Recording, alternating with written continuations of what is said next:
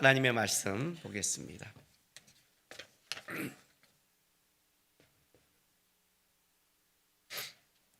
하나님의 말씀 누가복음 16장 1절에서 13절까지 우리 한 절씩 교독하겠습니다. 또한 제자들에게 이르시되 어떤 부자에게 청지기가 있는데 그가 주인의 소유를 낭비한다는 말이 그 주인에게 들린지라.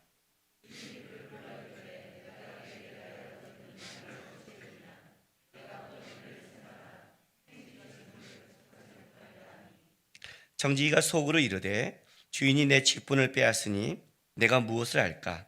땅을 파자니 힘이 없고 빌어먹자니 부끄럽구나.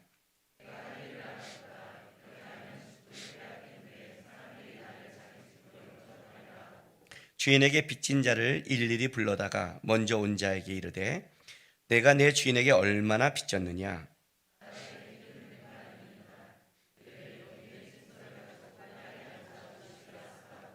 또 다른 이에게 이르되 너는 얼마나 빚졌느냐? 이르되 밀 100석이니이다. 이르되 여기 내 증서를 가지고 80이라 쓰라 하였는지라.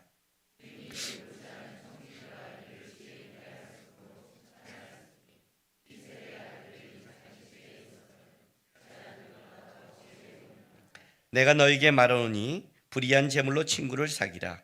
그리하면 그 재물이 없어질 때 그들이 너희를 영주할 처소로 영접하리라.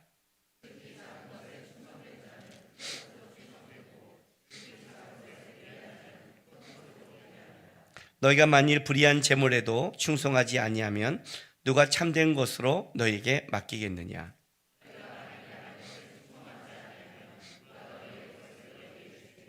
같이 있습니다. 집 하인이 두 주인을 섬길 수 없나니 혹 이를 미워하고 저를 사랑하거나 혹 이를 중히 여기고 저를 경히 여길 것임이니라. 너희는 하나님과 재물을 겸하여 섬길 수 없느니라. 아멘. 우리가 알고 있는 굉장한 유명한 일단 비유입니다. 이 비유를 이제 보다 보면 좀 이렇게 걸리는 내용도 중간에 좀 있습니다. 걸리는 내용도 있습니다. 불의한 재물로, 그리고 이 불의한 행동이 과연 하나님이 이걸 지혜롭다 말할 수 있어라는 이렇게 걸리는 게 있는데, 항상 비유는 뭐라고 그랬어요? 거기에 대한 하나의 중요한 내용을 담고 있다고 그랬습니다. 일단 이 비유를 할 때 우리 먼저 좀 이해할 게 있습니다. 여러분, 성경을 쓸 때 성경은 먼저 성경을 쓰는 성서 기자들은 장과 절을 나눠 쓰지 않았습니다. 파피스한 종이에 성경은 계속 써간 겁니다. 이것이 나중에 이제 장절로 나중에 기록되죠. 나중에. 그러니까 물론 이 장절과 단락은 잘 나눴지만 우리가 잘못하면 이 장이라는 것 때문에 성경을 이렇게 띄어 읽을 수 있습니다. 그러나 이 비유는 앞과 15장과 연결된 겁니다. 왜냐하면 오늘 16장 이렇게 시작하죠. 또한 뭐라고 그래요? 제자들에게 이르시되. 그러니까 지금 앞에 비유를 말씀하시고 있는 와중에 이것이 또한 비유로 이어져 가고 있는 겁니다. 그러면 앞에 지금 어떤 비유가 있냐면 세 가지 비유를 하셨죠. 잃은 양, 잃은 드라크마, 잃은 아들 비유죠. 앞에 이제 잃은 것을 찾는 목자, 여자, 아버지의 기쁨을 얘기하고 있는 겁니다. 그러면 이제 앞에 비유는 이렇게 되는 겁니다. 앞에 비유는 잃은 것을 찾는 아버지의 마음, 잃은 걸 찾는 주인의 마음은 어떨까? 왜냐하면 뭘 지금 놓치고 있냐면 하나님의 아버지의 마음을 놓치고 있거든요. 우리는 세상을 살아가면서 세상에 보는 눈에 내 눈에 옳다 그르다를 따지고 있는 거예요.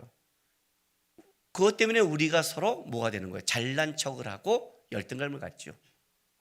난 저만큼 했는데 왜 인정 안 해? 왜 쟤는 저런데 해? 라고 얘기하는 거예요. 큰아들이 그런 거잖아요. 어떻게 아버지 재산을 가지고 가서 저렇게 탕감하고 다 쓰고 왔는데 어떻게 받아들여? 그거는 형제의 마음이고 아버지의 마음은 다르다는 거죠. 왜? 잃었던 아들을 찾는 마음이니까. 그러니까 앞에 비유는 다 어떤 걸 뜻하고 있냐면 너의 눈에 옳고 그름, 너의 눈에 갖는 기준이 중요한 게 아니다. 기준에 가장 중요한 건 뭐예요? 부모의 마음이다. 목자의 마음이다. 그가 그걸 찾는 거에 기쁨을 너가 아니? 나를 얘기하고 있는 거예요. 그럼 이제 우리는 이렇게 생각하잖아요. 그래, 그러면 이제 왔어요. 하나님 우리를 받아줘요. 하나님 우리를 용서해줘요. 그죠? 우리가 제일 부러워하는 사람이 누구라고 그랬어요? 십자가 옆에 흉악범만이에요. 자기가 원하는 대로 다 살다가 마지막에 예수님 딱 옆에 있어서 고백하고 천국 가는 사람. 그죠? 할 것 다 놓고 세상적으로 놀 것 다 놓은 다음에 천국까지 가는 사람이라고 그랬잖아요. 이제 이게 우리 기준이니까 어떤 게 있냐면 우리는 이런 게 생기는 거죠. 그러면 뭐 막 살아도 되겠네 하는 이제 죄성이 나오는 거예요. 그래? 그럼 이제 첫째는 이런 거죠. 이렇게 받아들여죠? 그래 아버지 저도 재산 주세요. 나도 그냥 나가서 한바탕 쓰고 돌아오면 되지 뭐. 둘째는 받고 나는 안 받아? 또 둘째는 어떻게 돼요? 받아치네? 또 나가도 되겠네? 그게 이제 우리가 이런 거잖아요. 회개만 하면 되는 거야. 회개란 말이 정확한 의미를 모르니까 우리는 이렇게 말하는 거예요. 하나님의 넉넉하심, 하나님의 인애로우심, 하나님의 자비하심, 하나님의 넉넉한 사랑에 대해서는 놓치고 그래? 그렇게 넉넉하시면 내가 막 살아도 돼? 다 받아주는 거야 하는 우리의 갖고 있는 죄성과 이기심이 발동하는 거예요. 그걸 아는 게 아니라 앞에는 하나님이 아버지가 얼마나 이런 거에 대한 안타까움이 있냐를 설명하고 있다면 지금부터 비유는 이렇게 되는 거예요. 그렇다면 아버지가 아니라 아들 입장에서 우리 입장에서는 어떻게 살아야 되는 건가 과연? 어떻게? 그래서 이제 얘기가 달라지는 거예요. 왜냐하면 이 비유는 제자들에게 오늘 여기 말했지만 제자들만 듣는 게 아니죠. 왜? 자, 15장 1절 2절 보세요. 15장 1절 2절에 분명히 이 비유는 이렇게 시작을 해요.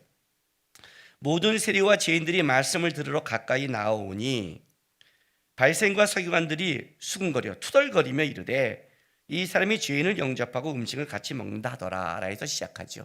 그러니까 지금 예수님 앞에 누가 왔냐면 많은 세리와 죄인들이죠. 율법에 관계없는 자들, 하나님의 은혜에 들어올 수 없다고 생각하는 자들과 진짜 하나님 나라 가면 나는 칭찬받는다, 나는 하나님의 상급 받는다고 생각하는 바리새인과 서기관들이 다 있는 거죠. 이건 모든 종류의 사람이 다 있는 거예요, 여기에 지금. 근데 지금 이 비유를 쭉 이들에게 들으라고 하면서 또 안 하고 넘어갈 때는 누구한테 하는 거예요? 제자들이에요. 그러면 그 사람들은 없어요? 아니죠. 다 듣고 있는 거죠, 지금. 다 듣고 있지만 이제 초점이 특별히 이 이야기를 누구한테 해줘요? 제자란 말은 어떤 뜻을 갖고 있냐면 주님을 고백하고 따라가는 성도를 얘기하죠. 사도행전에 보면 제자와 성도란 말을 같이 쓰거든요. 주님을 스스로 여기고 주님을 따라가는 모든 자들. 그러니까 지금부터는 뭘 얘기하냐면 이제 주님을 따라가는 자는 그러면 어떻게 해야 되는 거야? 이렇게 탕자처럼 나가는 게 과연 하나님이 인정하는 건가? 분명히 이건 여러분 짚고 넘어가야 돼요. 탕자가 나가서 했던 삶을 하나님은 아버지는 인정하지 않아요. 그건 죄악된 행동이에요. 그 죄악된 행동의 대가는 그가 다 치러요. 아버지를 떠난 다음에 갖는 그 비참함을 그는 다 경험해요. 다 경험해요. 여기서 아버지가 얘기하는 건 뭐냐면 그렇게 오니까 너의 삶을 내가 인정한다가 아니라 뭐예요? 그럼에도 너는 내 아들이라는, 그것 때문에 내가 버릴 수 없다는 아버지의 마음의 크기를 얘기하고 싶은 거예요. 제가 여러분에게 성경 공부하다 이런 말을 해요. 제가 성도들이 말할 때 저게 걸리는 부분과 가끔 듣기 싫은 부분이 이런 내용이다. 지 멋대로 다 살다가 하나님 다 경험하고 힘들게 온 다음에 이렇게 말을 해요. 그래도 내가 깨달은 게 있어.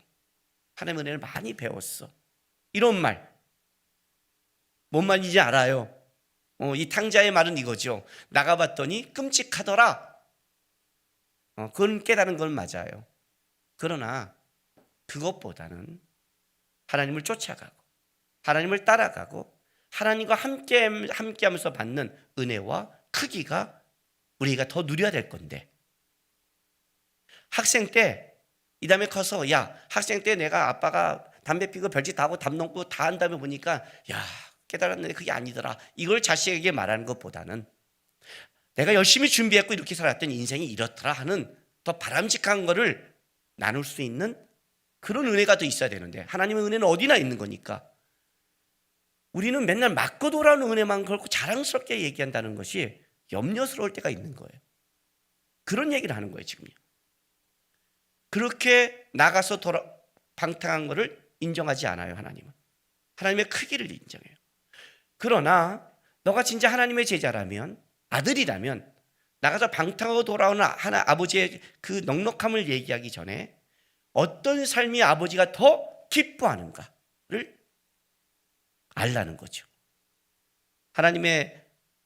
모든 하나님의 제자들은 두 종류가 있다고 그랬죠. 제자답게 살아가는 제자와 제자답게 살지 않는 제자. 모든 하나님의 아들은 두 아들이 있다고 그랬죠. 불효자와 효자. 지금 위에는 불효자까지 넉넉하게 사랑하는 아버지의 마음을 얘기했다면, 지금부터 뭘 얘기해요?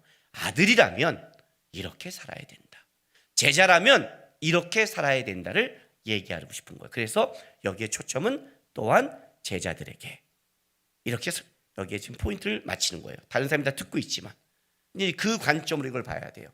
하나님을 따라가는 자는 어떤 삶을 준비해야 되는가를 얘기하는 거예요. 이제 그런데 16장을 봤더니 불의한 청지기 얘기예요. 불의한 청지기. 누가복음에 보면 18장에 불의한 재판관 이야기가 나와요. 그렇죠? 누가는 요 표현을 참 잘 써요. 하필이면 왜 충성스러운 청지기를 안 하고 불의한 청지기를 했을까? 이제 요거를 좀 얘기해야 돼요. 왜냐하면 충성스러운 청지기가 상 받는 건 당연하겠죠? 그렇죠? 이제 그러니까 내용을 더 명확하게 얘기하고 극대화시키기 위해서 쓴 방법이죠. 그래서 이 비유가 들어오는 거예요. 그러니까 이 불의한 청지기가 잘했다는 게 아니죠. 일단은 주인에게 쫓겨나니까. 그럼 해고당하잖아요. 해고당하는 게 잘했다 할 수는 없잖아요. 그죠? 그러니까 분명히 잘못했는데, 그럼에도 이 불의한 청지기가 한 행동 중에 본받을 만한 게 있다라는 거죠. 본받을 만한 게. 그게 뭐냐, 이제 거기에 여기에 초점이 있는 거예요. 자, 그 초점으로 이걸 보는 거예요. 볼게요. 16장 1절. 어떤 부자에게 청지기가 있는데 집을 관리하는 자죠. 요셉처럼, 보디발의 집을 관리한 요셉처럼 전체 집을 관리하는 청지기죠. 그 주인의 소유를 낭비한다는 말이 그 주인에게 들린지라. 주인이 그를 불러 이르되 내가 내게 대하여 들은 이 말이 어찌 됨이냐. 내가 보던 일을 세마라. 자, 정리하자, 양도하라 이거예요. 명령력이니까 어떻게 되는 거예요? 곧 해고다. 이제 이 해고장이 온 거예요. 청지기가 직무를 계속하지 못하리라. 이제 양도할 그 기간이 어느 정도 남은 거죠. 자, 3절. 우리 성경은 없지만 언어에는 이런 말이 나와요. 그러자. 강조하는 거예요. 그러자 청지기가 속으로 이르되 주인이 내 직분을 빼앗으니 내가 무엇을 할까? 무엇을 준비할까? 이런 뜻이에요. 나는 이제 퇴직하게 됐는데 나 그럼 어떻게 먹고 살아야 되지? 땅을 파자니 힘이 없고 빌어먹자니 부끄럽구나. 야, 이거 딱 마음에 다가오지 않아요? 그렇죠? 지금 제 친구, 내 또래 날 친구들이 다 지금 여기. 얼마 전에 친구랑 전화했다가 친구가 저한테 확 화를 내더라고요. 전화하는데. 왜냐면 우리 친구, 요즘 내 나이 친구들은 지금 한가하기 시작하는데 저는 바쁘잖아요. 더 바쁘잖아요. 그래서 잘 못 만나서, 야, 그래도 만나야 되지 않아? 그래서 그래, 만나자. 이번에 식단 내가 쏠게 라고 얘기하다가, 바쁘지? 어디? 야, 너는 좋겠다. 왜? 계속 정년퇴직이 없어서. 그래서 아니야, 목사 정년퇴직이 있어. 71세까지야. 그랬더니 그게 정년퇴직이냐? 지금 우리는 오늘 내일 하는데 그걸 정년퇴직이라고 얘기하냐? 그건 없는 거야 임마. 화를 내길래 거기서 뭐라고 말해요? 그지요? 앞으로 나는 그래도 10몇 년을 더 일할 수 있는데 그건 정년퇴직이 없는 거야 임마. 화를 내는데 지금 요즘 내 친구들 만나면 다 이 이야기예요. 아직 팔팔하니까 벌어놓은 건 있는데 이거 갖고 애들 결혼시켜야 되고 앞으로 많이 산 100세 시대인데 40년 남았는데 뭘 해야 되지? 뭐라도 해야 되지? 만나면 이 얘기예요. 이제는 힘도 없고 딱 요 얘기예요. 응? 나가서 하자니 옛날처럼 몸도 안 좋은데 힘도 없고 그러자니 부자니 마음은 부끄럽고 참, 느낌 파고죠? 네. 빌어먹자니 그렇구나. 이제 이 얘기가 나온 거예요. 잘리니까. 응? 그런데 이제 이렇게 하면 내가 할 일을 알았도다. 이렇게 하면 직분을 빼앗긴 후에 사람들이 나를 자기 집으로 영접하리라 하고 그래요. 알았다. 지금 나에게 준 요 기간을 어떻게 돼요? 그냥 보내면 안 되겠구나. 짧지만. 응? 그래서 어떻게 하냐 봐요. 주인 5절부터 6절. 주인에게 빚진 자를 일일이 불러다가 먼저 온 자에게 이르되 내가 내 주인에게 얼마를 빚졌느냐. 말하되 길은 100마리이다. 이르되 여기 증서를 가지고 빨리 앉아 50이라 쓰라. 이것도 요즘 성경적으로 직접 따라했다가는 감옥 갑니다. 아셨죠? 또 다른 얘기 이르되 너는 얼마나 빚졌느냐. 이르되 밀 100석이니이다. 이르되 여기 내 증서를 가지고 80이라 쓰라 하였는지라. 자, 주인이 이 옳지 않은 청지가 이를 지혜롭게 하였으므로 칭찬하였으니. 자, 여기서 지혜롭다는 이런 뜻이에요. 지혜롭다는 신중하게 사려 깊게라는 뜻을 갖고 있어요. 자, 이게 지혜롭다 이런 거예요. 적어도 이 사람은 자기가 잘릴 날짜를 알고 그 잘릴 날짜의 그 기간에 자기의 시간을 가장 신중하고 사력 있고 효율적으로 썼다는 거예요. 그 얘기를 지금 하고 싶은 거예요. 기간이 딱 정해져 있잖아요. 그거를 진짜 알짜게 썼다는 거예요. 신중하게, 효율적으로. 그런데 뭐라고 말하냐면 이 세대의 아들들이 자기 시대에 있어 빛의 아들보다 더 지혜로움이다. 이게 뭔지 알아요? 빛의 아들보다. 세상을 관리하는 방법. 자, 여러분의 지금 삶이 정해져 있어요? 안 정해져 있어요? 죽어요? 안 죽어요? 12명만 죽어요? 죽죠? 다 알고 있죠? 그런데 과연 우리는 내가 죽는다는 걸 알고 정해진 시간 안에 그걸 진짜 효율적으로 쓰고 있는가? 그 얘기를 하는 거예요, 지금. 신중하게. 나의 준 시간, 재물, 건강을 진짜 신중하게 잘 사용하고 있는가? 그렇지 않다는 거죠. 이 청지기가 어떻게 하냐면 불러다가 이렇게 말을 해요. 기름 너 얼마 빚졌니? 100입니다. 나오죠? 100마리입니다. 50이라고 써라 그래요. 50이라. 이 100만은 그 당시에 기름보도 감남류예요. 한 1000달란트 정도, 1000데나리온 정도 돼요. 1000데나리온. 1데나리온이 하루 일당이니까 한 1000데나리온이니까 넉 달 되겠죠. 그 정도 이제 빚진 거예요. 근데 50이라고 뚝 잘라요. 배짱도 좋죠. 그리고 그 밀은 얼마 빚졌니? 그랬더니 밀은 뭐예요? 100마리입니다. 100석입니다. 그래요. 80이라 쓰라 그래요. 당시에 감남류를 빌리면 이자가 100%예요. 아셨죠? 이자가 100%니까 이자를 완전히 탕감한 거예요. 이자만. 그러니까 원금을 주인에게 손해본 건 아니고 밀은 밀 100석은 2,500데나리온 정도 되고 더 커요. 그래서 밀은 이자가 25%예요. 당시 참 고리대금이에요. 그렇죠? 25%예요. 근데 25%라는 거는 지금 이 청지기가 지금 탕감한 건 뭐냐면 주인의 원금을 탕감시킨 건 아니고 이자를 탕감시키는 거예요. 나름대로 다 머리를 쓴 거예요. 원금까지 걷다 큰일 나니까 불러다가 이자를 탁탁탁 탕감시키는 거예요. 그럼 이제 여러분 우리는 이렇게 생각을 해요. 아니 그거 먹고 띄워 먹으면 어쩌려고, 그죠? 내가 탕감시켜준다고 뭐 그러나? 이런 생각을 하잖아요. 그거는 다른 본문에서 얘기하시고 그렇게 쓰는 지혜로움은 여기서 말하고 싶은 건 이거예요. 적어도 이 사람은 자기가 잘릴 거를 알고 그 시간을 가장 뭐예요? 기가 막히게 효율적으로 자기의 잘린 이유를 준비하고 있다는 거예요. 준비하고 있다. 그 주어진 시간을 알고 있더라, 이거야, 알고 있더라. 근데 그 시대의 빛의 아들, 하나님의 사람이라고 사람들은 자기의 천국을 준비한다면서 자기의 시간을 준비하지 않더라, 이거예요. 그리고 나서 이제 이렇게 얘기가 들어가는 거예요. 보세요. 9절 보세요. 이제 9절부터 이제 이렇게 얘기하는, 비유가 끝나고 나서 이렇게 얘기해요. 그러면 우리에게 맡겨준 거를 어떻게 사용할 것인가를 하는 방법을 이제 9절부터 설명하는 거예요. 왜냐하면 자 보세요. 첫 번째 분명하잖아요. 지금 이 불의한 청지기가 지금 지 걸로 그러는 거예요? 남의 걸로 그러는 거예요? 남의 걸로 하는 거죠. 그죠? 남의 걸, 주인 걸로 기가 막히게 자기를 준비했잖아요. 그죠? 자, 여러분에게 준 지금 재물과 건강과 삶이 부모와 자식이 여러분의 겁니까? 하나님의 겁니까?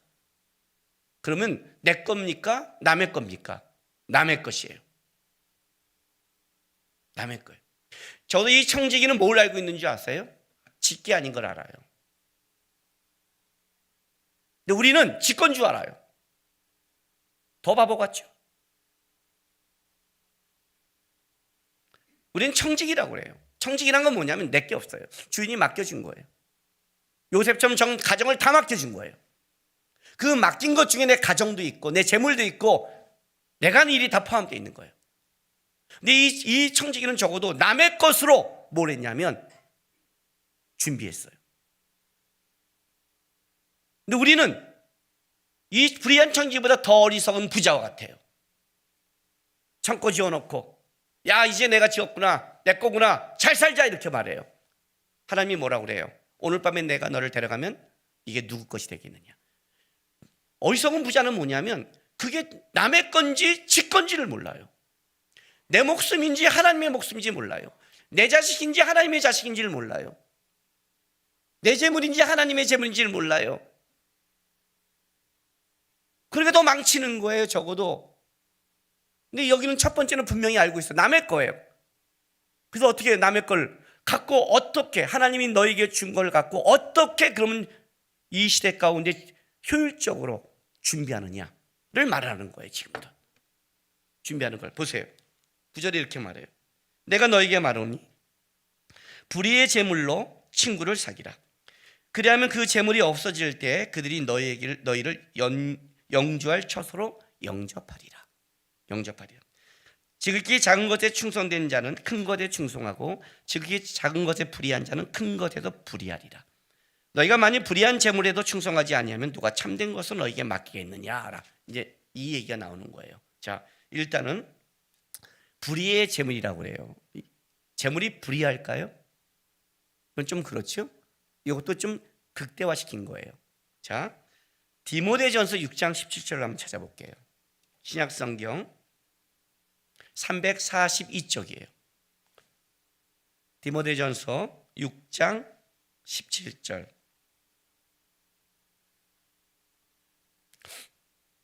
찾았죠? 신약성경 342쪽. 내가 이 세대에서 부한 자들을 명하여 마음을 높이지 말고 정함이 없는 재물에 소망을 두지 말고 오직 우리에게 모든 것을 후히 주사 누리게 하시는 하나님께 두며 선을 행하고 선한 사업을 많이 하고 나눠주기를 좋아하며 너그러운 자가 되게 하라. 이것이 장래에 자기를 위하여 좋은 터를 쌓아 참된 생명을 취하는 것이라 라고 나와요. 여기 뭐라고 나오냐면 정함이 없는 재물이에요. 이 정함이 없다는 건 이거예요. 불확실성. 그러니까 재물이 확실하거나 우리 인생에 안정과 안심을 줄 수 없다는 거죠. 그 얘기를 하는 거예요. 여기에 지금 말한 불의한 재물이란 건 뭐냐면 지금 천국과 비교되는 거예요.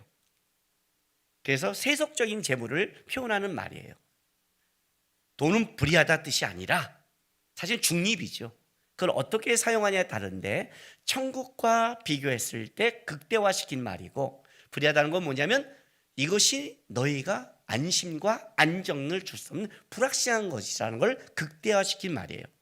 그러니까 이렇게 말하는 거죠. 하나님이 너에게 준 것, 그건 정한 것이 아니에요. 정한 건 언제예요? 천국에 받는 게 정한 거죠. 사실 이거는 크다 작다의 개념이에요. 그래서 요 뒷부분에 보면 요게 이제 뭘로 이어지냐면 10절에 이렇게 이어지죠. 작은 것에 충성된 자는 큰 것에 충성하고 작은 것에 불의한 자가 큰 것에 불의하다. 이 작은 것이 뭐예요? 바로 불의한 재물이에요. 세속적인 재물, 세상에 맡긴 것, 작은 것, 천국에서 받을 것, 큰 것의 대비의 개념을 갖고 왔다가 11절에 너희가 만일 불의한 재물, 이 작은 것, 세상의 것에도 충성하지 아니했는데 참된 것, 큰 것, 하늘나라의 것을 내가 어떻게 맡기겠니? 내가 너 땅에 살아온 동안에 내가 작은 것을 너에게 맡겼는데 야 10만 원을 땡까먹은 놈한테 내가 어떻게 100억을 맡기겠냐 이 말이에요. 그죠? 그 얘기를 하는 거예요. 그러니까 여기에 대비되는 의미에서 불의한 재물이죠. 그러나 실제는 이거는 세상적으로 너에게 맡겨진 작은 것을 얘기하는 거예요. 하나님이 너희가 하나님이 올 때까지 맡긴 이 작은 걸 갖고 너는 어떻게 사용할래? 이렇게 말하는 거예요. 자, 뭐라고 그래요? 9절에 뭐라고 그래요?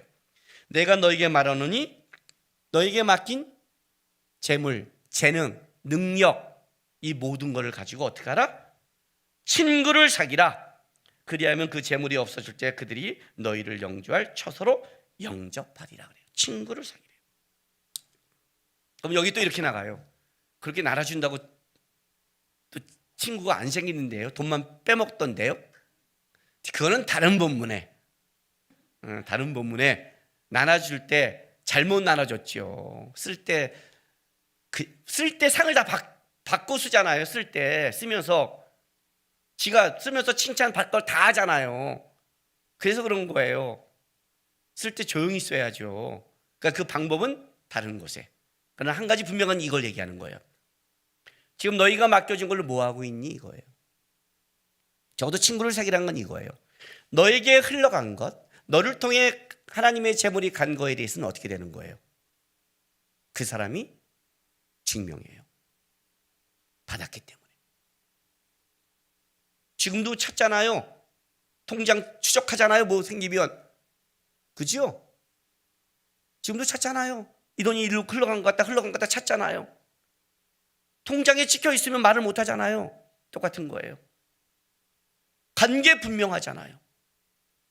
그 돈이 흘러간 게 분명하잖아요. 그게 증명한다니까요. 적어도 이건 친구를 사귀라. 그게 증명할 거다는 거예요. 증명할 거다.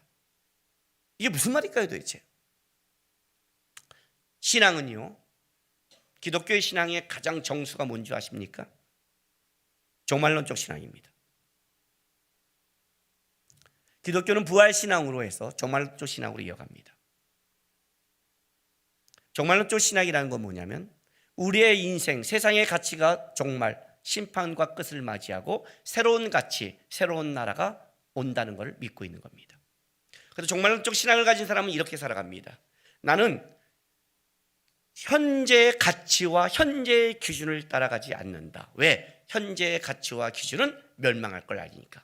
그래서 나는 이 다음에 멸망하고 새로운 가치가 시작될 그 새로운 나라의 가치를 끌고 와서 지금 그 가치를 갖고 지금 살아가는 것. 그걸 종말론적 신앙이에요. 종말론적 신앙은 그냥 우리는 죽으면 천국 간다를 말하는 게 아니라 새로운 나라 그리고 이 땅의 것을 심판하시는 하나님, 그 하나님의 판단과 기준을 알고 있기 때문에 나는 하나님 앞에 섰을 때 하나님, 나는 이 땅의 가치가 끝날 거를 알고 살아왔습니다. 그래서 이 땅에 주신 거를 바로 하늘의 가치를 갖고 썼습니다를 고백하려고 들어가는 것. 그게 종말론적 신앙이에요. 종말론적 신앙이 없어지면 어떤 일이 벌어지느냐? 땅의 것에 집중을 해요. 이 온전한 종말론적 신앙을 가지면 어떤 신앙을 갖게 되냐면 이렇게 되는 거예요. 현재 나에게 준 것에 대해 어떻게 돼요? 바로 지혜롭게, 효과적으로, 쓸모있게 사용하는 거예요. 요즘 청년들이 저금을 안 해요. 근데 저금을 안 하는데 막 여행도 다니고 자기 필요한 거 사요. 그래서 야, 너 잘 사는가 보면 나중에 보면 돈이 없어요. 왜 그러니 물어보니까 돈 모으면 뭐예요? 물가 너무 비싸요. 집도 못 사고 결혼도 못 해요. 그냥 내가 쓸 거나 쓸게요. 이렇게 말을 해요. 그게 잘못된 종말론적 신앙이에요. 이 땅이 다니까. 이 땅에 내가 아무리 돈이 모아도 나는 한계가 있어요. 난 다 쓸 거예요. 땅의 것에 집중할 때 이렇게 바로 아무리 적게 맡겨도 적은 것으로 하나님 앞에 효과적으로 쓸 수 있는 거거든요. 땅의 것에 집을 살려고 돈을 모으는 게 아니죠. 땅에서 결혼하려고 돈을 모으는 게 아니죠. 땅의 것을 누리려고 돈을 모으는 게 아니죠. 그러면 세상적인 사람이죠. 세상적인 사람이죠. 두 렙돈의 과부의 헌금을 하나님이 기억하잖아요. 그죠? 두 렙돈의 과부. 세상 사람 보기에 갖고 있는 기준과 하나님이 보는 기준은 다르죠. 다르죠. 어떤 사람은 나는 하루 종일 봉사를 해. 내가 얼마나 하기 열심히 한데 그거와 돈이 없어서 2시간을 교회를 걸어와서 예배드리는 그 예배와 하나님이 어디를 더 가치 있게 여길 것 같아요. 자금을 몰고 와서 봉사하는 그거와 예배를 드리기 위해 2시간을 걸어왔다가 예배드리고 다시 2시간을 집을 걸어가는 그 예배 속에 우리가 볼 때는 예배밖에 드리지 않는 사람이지만 실제 하나님 볼 때는 다른 거죠. 이게 종말적 신앙을 잘못 가지면 하나님이 나에게 맡겨진 거를 세상적 가치로 많으면 해프고 적으면 필요 없다고 생각을 해요. 잘못된 종말적 신앙이에요. 또 하나 종말적 신앙을 잘못 가지면 내세만 바라봐요. 나 천국 갈 거야. 그리고 여기를 안이하게 살아요. 온전한 종말적 신앙은 어떤 신앙이냐면 이 다음에 내가 분명히 하나님 뺐을 거다. 그때 하나님이 내가 살아온 인생, 나에게 맡겨진 이 작은 것에 대해서 얼마큼 큰 것을 맡긴지를 하나님은 판단하실 것이다. 이 작은 것에 난 충성할 것이다. 내 눈에 작다고 말하는 게 아니라 하나님 보시기에 맡긴 것에 대한 가장 효과적으로 나는 내 시간과 건강과 삶을 지혜롭게 할 것이다. 이게 종말론적 신앙이에요. 그에게 하나님은 뭘 맡긴다? 큰 거를 맡긴다는 거예요. 그 얘기를 하는 거예요. 하나님 지금 보고 있는 거예요. 지금 시험 안 하면요. 난 너무 답답해요.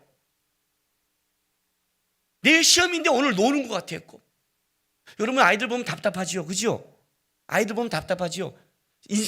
여러분 우리 아이들 보면 인생을 생각 안 하고 사는 것 같죠. 그죠? 하나님도 여러분 보면 답답해요. 죽음을 생각 안 하고 사는 것 같아요. 얘는 영원히 살 것 같아. 얘 지금 어떻게 이 자리에 오려고 울지? 아침에 잠을 깨면 어떤 생각이 드세요? 옛날에는 제가 청년 때는 그랬어요. 아침에 잠을 깨면 오늘 또 살아야 돼. 요즘에 아침에 잠을 깨면 감사해요. 왜? 기회를 주셨구나. 기회를 주셨구나. 또. 하나님 바라볼 기회, 다시 회복할 기회를 주셨구나. 왜? 내가 아침에 눈을 깨는 게 당연한 거예요? 아니에요. 여러분, 어느 순간 우리는 눈을 못 깨요. 그때가 주님 앞에 쓴 날이에요. 이 시대의 BC 아들들이 이런 지혜가 없다는 거예요. 답답한 거예요. 답답한 거예요. 제가요, 전 이 본문 준비하는데 하나님 딱 떠오르는 예화가 2가지가 있어요. 제 인생 속에. 여러분 어렸을 때 제가 좀 빠리빠리하거든요. 빠리빠리하다는 걸 좋은 표현이고 잔머리가 있어요. 어렸을 때 우리 뭐 했냐면 구슬치기와 딱지를 하는데 제가 구슬치기와 딱지를 많이 모았어요. 말했잖아요. 저는 고스톱으로 아르바이트를 했다고 청년 때. 이게 좀 이 머리를 주신 거예요. 그 6학년 때부터 이제 초등학교 때 했죠. 진짜 딱지가 이래갖고요. 구슬이 또 그 당시에 구슬은요 색깔과 상처와 크기에 따라 이게 값이 달랐어요. 우리가 그걸 막 하잖아요. 진짜 집에 가면 그 상자 이 네모 박스에다가 이거는 내 가장 큰 보물이에요. 꼭 뭐랄까 은행에 적금한 스위스 은행에 적금한 듯이 떠나요. 그거 나중에 초등학교 올라갈 때 어떻게 한 줄 알아요? 싹 나눠줬어요. 필요가 없더라고요. 중학교 갔더니 그 딱지가 이게 싹 나눠줬어요. 동생들이 나를 얼마나 존경하는 눈빛으로 쳐다본지 몰라요. 그날. 근데 어쨌든 이거 할 때는 딸 때는 막 애들이 따면 막 화가 나잖아요. 그죠? 여러분 지금 딱지하고 구슬 갖고 지금 아무렇지도 않잖아요. 제가 게임을 한 적이 있어요. 스타크래프트하고 디아블로라는 게임을 했어요. 하나는 막 전략 게임이고 하나는 아이템 키우는 게임이에요. 계속 키워준 거죠. 그 아이템을 장착을 해요. 이렇게. 제가 키운 이 디아블로라는 아이템에 칼을 쓰는 캐릭인데 얼마큼 잘 키웠냐면 최고로 키웠어요. 레벨만 최고가 아니라 모든 시스템이 최고예요. 모든 시스템이 최고예요. 어떻게 말할까요? 그 당시에 100만 원이 넘게 팔 만큼 키워놨어요. 근데 나는 혼자서는 못 키워요. 나는 어떻게 키웠느냐? 나뿐만 아니라 우리 둘로스 전도사들이 같이 했는데 이 전도사들은 교회마다 청년들이 연결되어 있어서 100여 명이 있는 거예요. 그래서 나는 딱 좋은 걸 하면 상납시켜요. 상납을 안 하면 하지 마. 우리 끝. 이런 걸로 상처받을 때 오늘 안 해. 그러면 알았어요. 그리고 또 걔네들은 청년들에게 또 삥을 뜯어서 나는 이 뭐예요? 그 피라미드 구조를 갖고 있는 거죠. 알죠? 피라미드 구조는 맨 위가 정점을 이루잖아요. 그러니까 나는 싹 한 사람도 좋은 거 하나씩만 빼도 해갖고 나는 진짜 당시의 모든 것이 이 정도의 완벽한 캐릭을 가질 수 없으면 가진 거예요. 딱 들어가요. 그러면 싸움을 하면 뭐래요? 무적이에요, 무적. 그리고 이렇게 아이템이 나오는 것도 내가 들어가면 좋은 아이템이 나와요. 그 아이템을 좋은 나오는 그 템을 가져야만 좋게 나오는 건데 그걸 함부로 못 건데 나는 다 가지고 있는 거예요. 어느 날 내가 할 게 없잖아요. 왜냐면 다 무적인데 그런 게임을 하겠어요. 다 켜놨어요. 가끔 심심할 때 한번 들어가요. 딱 들어가면 거기 있는 애들은 막 허접한 거 갖고 난리죠. 그럼 내가 딱 들어가서 깨져요? 네! 그럼 다 깨져요. 그리고 나서 그걸 끝난 게 아니라 그 전에 내가 모은 아이템이 있어요. 물론 나에게 있었던 다 허접한 거예요. 나는 최고니까. 그러나 그들에게 있어서는 그것만 해도 와 이런 거예요. 그걸 나눠줘요. 열심히 해야 되는데. 근데 어느 날 어떤 애 갔더니 내가 나눠줬더니 하더니 걔가 글을 썼어요. 저한테. 마마 감사합니다 마마 황공합니다 마마. 걔가 뭐 이러더니 계속 그런 거예요. 근데 내가 가끔 내 방을 만드는데 내 방은 똑같아요. 이름이. 그러니까 걔도 가끔 찍어요. 들어오면 내가 있잖아요. 마마 오늘도 오셨군요. 부탁 또 나눠줘요. 그래서 물었어요. 너 몇 학년이? 너 나이 몇 살이? 초등학교 6학년입니다 마마. 난 40살인데 하람이 나이인데 할 말이 없어갖고 제가 뭐라는 줄 아세요? 너 이걸로 뭐 하지 마. 알았어? 공부도 해. 알았어? 네. 그럼 내가 많이 좋은 거 줄게. 예 감사합니다 마마. 다음에 또 뵙겠습니다 마마. 그러고 나가는 거예요. 내가 들어가면 거기 있는 사람들은 하여튼 뭐예요? 진짜 구세주가 오신 거예요. 구세주. 이거 깨주세요. 저렇게 해서 다 줬어요. 제가 나중에 어떻게 한 줄 아세요? 이제 그만하자. 그래서 그 캐릭을 누가 필요하다게 그냥 캐릭을 줘버렸어요. 캐릭을 줘야 내가 안 들어가죠. 비누 바꾸라고. 팔아도 될 거 아니 게임으로 키고 나도 얻은 건데 거저 받았으니 거저 주어라. 줬어요. 여러분 내가 만약에 그 아이템을 갖고 아직도 내가 달달달 떨고 있다면 여러분 나를 어떻게 보시겠습니까? 야 우리 목사님 진짜 미치겠다 진짜. 곧 60인데 디아블로 아이템을 못 주고 달달달 떨고 있고 그리고 맨날 가서 야 뭐해? 나야 이거 왜? 내가 여기서 왕이야? 아니 그 게임에서 왕이잖아요. 게임도 왕이야? 거기에 내가 빠져 있다면 여러분 어떤 생각이 들겠어요? 시간을 낭비한다고 생각하지 않겠어요? 가상세계에도 여러분 인간관계가 있고요. 가상세계도 인정을 받아요. 그러나 가상세계는 가상세계예요. 거기서는 왕이지만 딱 내려오는 순간 나는 뭐예요? 거지예요. 그 당시에 내가 그걸 키울 수 있는 거는 당시에 PC방이 500원 할 때였어요. 싼 데가 있었어요. 할 게 없었어요. 개척하고 막 하다가 머리 뽀개지고 힘들면 1,000원에 2시간을 놀 수 있는 유일한 거였어요. 그래서 했어요 그냥. 그러나 내가 그걸 놨을 때는 나는 현실이 존재했어요. 현실. 개척을 해야 되고 살아야 되고 내 굶고 있는 자식들과 현실이 있어요. 결국 현실의 문제를 해결하지 않으면 어떻게 돼요? 어떻게 될 거예요? 가상세계에 빠지면 여러분 저를 어떻게 볼 것 같아요? 우리의 현실은 천국에 있다고요. 땅에 빠지면 가상세계라고요. 여기서 왕노를 할 수 있어요.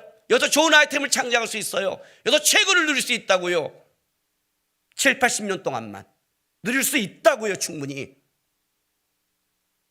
작은 거죠. 거기서도 즐기고 있고 죄악의 낙이 있으니까. 이해가 되세요?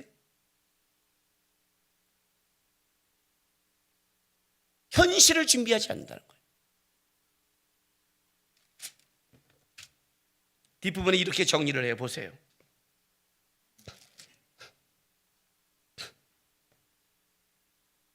12절 13절 보세요. 너희가 만일 남의 것에 충성하지 아니하면 남의 것이 뭐예요? 잠시 있다가 없어질 것. 그죠? 이렇게 작고 사소한 것, 이런 거죠. 세상에 속한 것, 하나님이 지금 잠깐 준 것, 거기에도 충성하지 아니하면 누가 너희 것을 너희에게 줘. 너희 것이 뭐예요? 여기는 뭐냐면 너희에게 할당된이라는 의미예요. 너희에게 할당된, 앞으로 천국에 오면 너희에게 할당된 것, 하나님 너에게 주고 싶어 준비한 것, 어떻게 맡길 수 있겠니? 그리고 이렇게 결론을 내려요. 집 하인이 두 주인을 섬길 수 없으나 혹이를 미워하고 저를 사랑하거나 혹이를 중히 여기고 저를 경히 여길 것입니다. 너희는 하나님과 재물을 겸하여 섬길 수 없으니라. 재물, 아람의 부의 신 맘몬에서 유래했죠. 맘몬에서. 이렇게 결론을 내리는 거예요. 결국 주재권의 문제다. 주권의 문제다. 네가 하나님 앞에 쓸 것, 하나님 앞에 판단받을 것, 하나님이란 분, 그분의 주인됨을 기억하고 있다면 그렇게 살지 않을 거다. 그렇게 산다는 건 잊고 있는 거다. 실수가 아니다. 잊고 있는 거다. 앞에 비유는 아버지의 마음을 얘기해요. 아버지가 넉넉하세요, 여러분. 나는 부족하여도 그는 영접하실 거예요. 예수의 은혜로 받을 거예요. 우리가 가면 우리를 안아줄 거고 옷을 입혀주고 가락지를 끼워줄 것이며 그래도 고생했다고 해줄 거예요. 왜? 아버지니까. 그분은 넉넉하실 거예요. 천국엔 부끄러움이 없을 거예요. 그 정도는. 그러나 하나님이 부끄러움을 준 게 아니라 천국에 들어갔을 때 천국을 준비하는 자는 진짜 아버지가 너를 맞이할 거를 너는 생각하고 인생을 살아가고 있니? 그 가치를 살아가고 있니? 너에게 맡겨진 거를 이 다음에 하나님의 뜻대로 너가 사용해서 그걸 통해 하나님이 너에게 줄 넉넉함을 너는 생각하고 있니? 너는 세상 것이 다라고 생각하고 살아가고 있니? 그 얘기를 하고 있는 거예요. 이 시대의 아들들은, 빛의 아들들은 세상 사람들이 자기가 죽은 다음에 자기 자녀 생각하고 물려줄 유산, 그 세상 사람은 적어도 내가 죽으면 내 자녀들을 어떻게 해주지 하는 그것까지 생각하는데 우리는 자녀들에게 세상이 하나님 앞에 만날 것이 없는 것처럼 살아가고 있다. 그 얘기를 하는 거예요. 자기 신앙을 점검하셔야 돼요.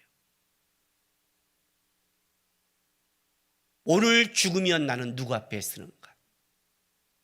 종말론적 신앙.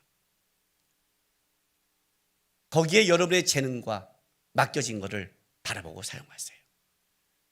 나에게 맡긴 작은 것, 천국을 준비하는 것으로 주님 앞에 섰을 때 주님이 이걸 어떻게 더 가치 있게 만들 것인가? 그게 오병이어예요. 여러분이 많다는 거 걸고 보리떡 5개와 물고기 2마리고 아니면 보리떡 5,000개와 물고기 100마리예요.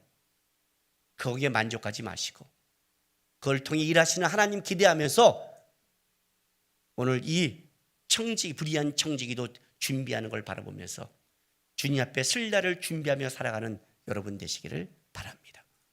기도합시다.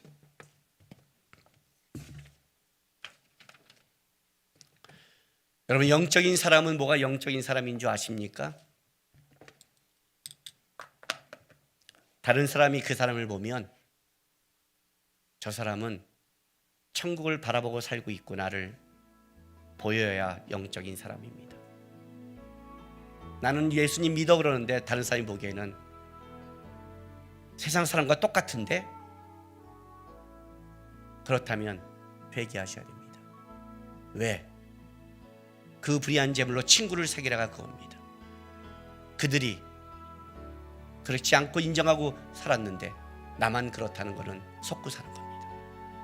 하나님, 누가 봐도 내가 천국을 바라보고 살아가는 사람처럼 살기 원합니다. 천국을 놓치지 않고 살아가기를 바랍니다. 주님 앞에 쓸 날을 기대하며 살아가는 신앙 되게 해달라고 다 같이 이 시간 기도하고 결단하겠습니다. 기도하겠습니다. 거룩하신 우리 아버지 하나님,